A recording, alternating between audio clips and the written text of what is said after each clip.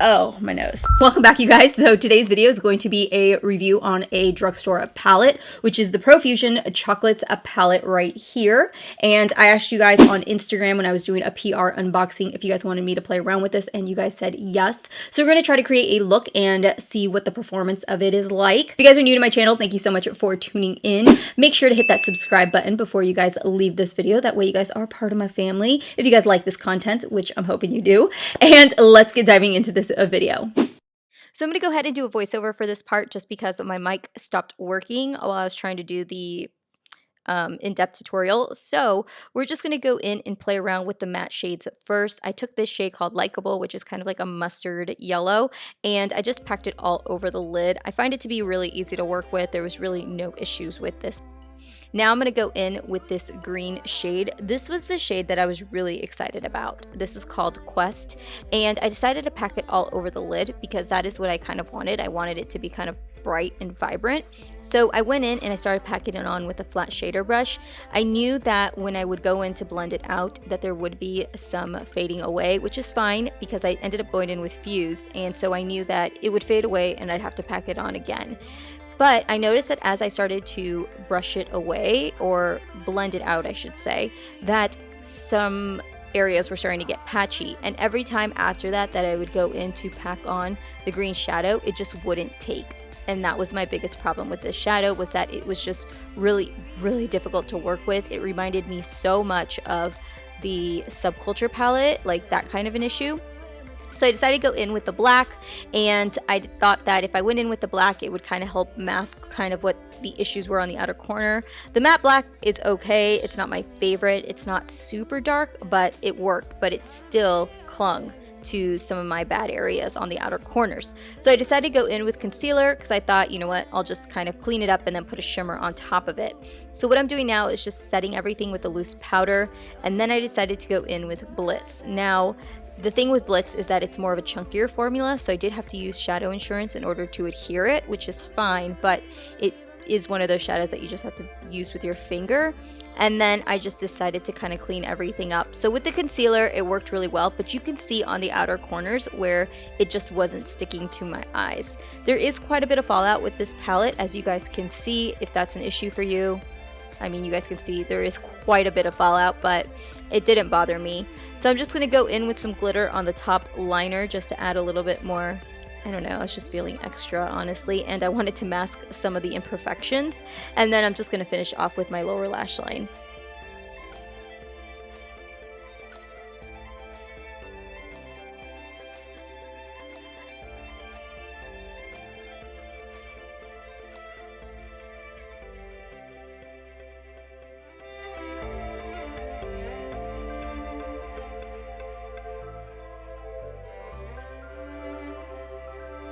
It looks completely different with the full face of makeup, doesn't it? Like, when you just do your eyes, you're like, I don't know if this looks gonna look, you know, pretty decent. But then once you put on, like, the rest of your face, you're like, I don't look that bad. If you guys want to know anything that I have on my face, I will have all that good stuff linked down below. Now, let's go ahead and talk about the palette really quickly. I did write some notes down because my camera died. I was, I think, a little bit too excited about the palette that it didn't disappoint me, like I should say. It more so was kind of like, dang it. The quality is not as amazing as I wanted it to be. I have used other Profusion palettes before, and they all have great pigmentation, and the mattes are incredible, and the metallics and the shimmers are really great. I just spoke about the Sienna's palette being one of my favorite palettes here in my monthly favorites recently. It's a beautiful warm tone palette. If you guys love warm tones and that's your jam, I think you would really love that palette because it's got great formula to it. This specific palette just wasn't there. It lacked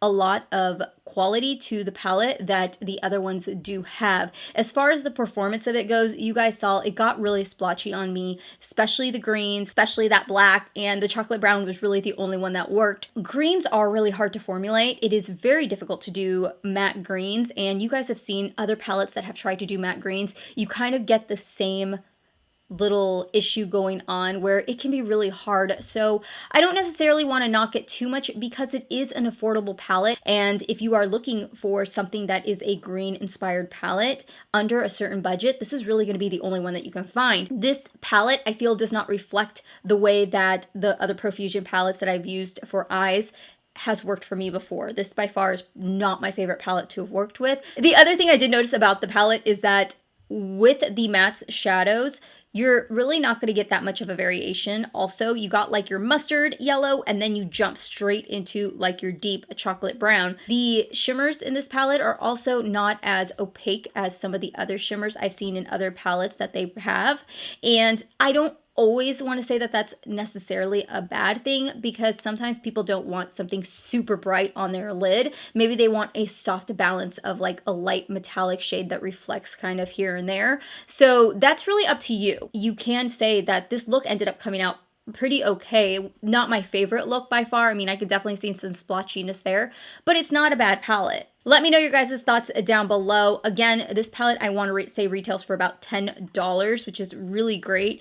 And if you guys have tried this palette and it's not your favorite, it's okay. Try other palettes from their line. Their matte palette, they have a all naturals palette also from their line that is incredible. I'm really glad we got to play around with it, and I'm glad that you guys got to see, you know, a look that I created. And maybe if you guys do have this palette and you guys didn't know how to play around with it, I hope that I inspired you guys to play around with it. And if you guys want to subscribe before you guys head out, I know I mentioned it in the beginning of the video, but I'm gonna tell you right now in case you forgot. I love you guys. I will see you guys all in my next video. Thank you so much for watching, and I will talk to you guys later. Bye.